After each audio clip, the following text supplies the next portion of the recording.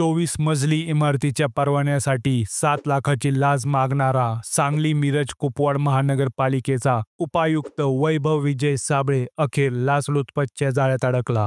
हाच तो वैभव साबळे आहे ज्याने MPSC परीक्षा कर्णबधीर असल्याचा खोटे प्रमाणपत्र लावून पास केली होती।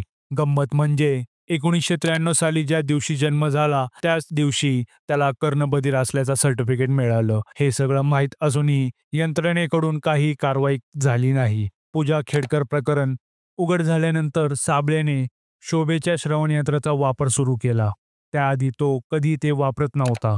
लोकांच्या तक्रारीच्या ढिगाऱ्यानंतरही यंत्रणेला जाग आली नाही, कारण बहुतेक याच यंत्रणेतील अनेक लोकही हाच फसवेगिरीचा मार्ग वापरूनच सेवेत आले आहेत। आज ही गोष्ट पुन्हा सिद्ध झाली आहे। फसवून, खोटं बोलून, प्रमाणपत्र बनवून सेवेत आलेले लोक प्रामाणिक काम करू शकत नाही। खुर्चीचा गैरवापर करून, सामान्य जनतेचा छळ करून आणि लाच घेऊन आपल्या बोगस पात्रतेला लपवण्याचं काम करतात।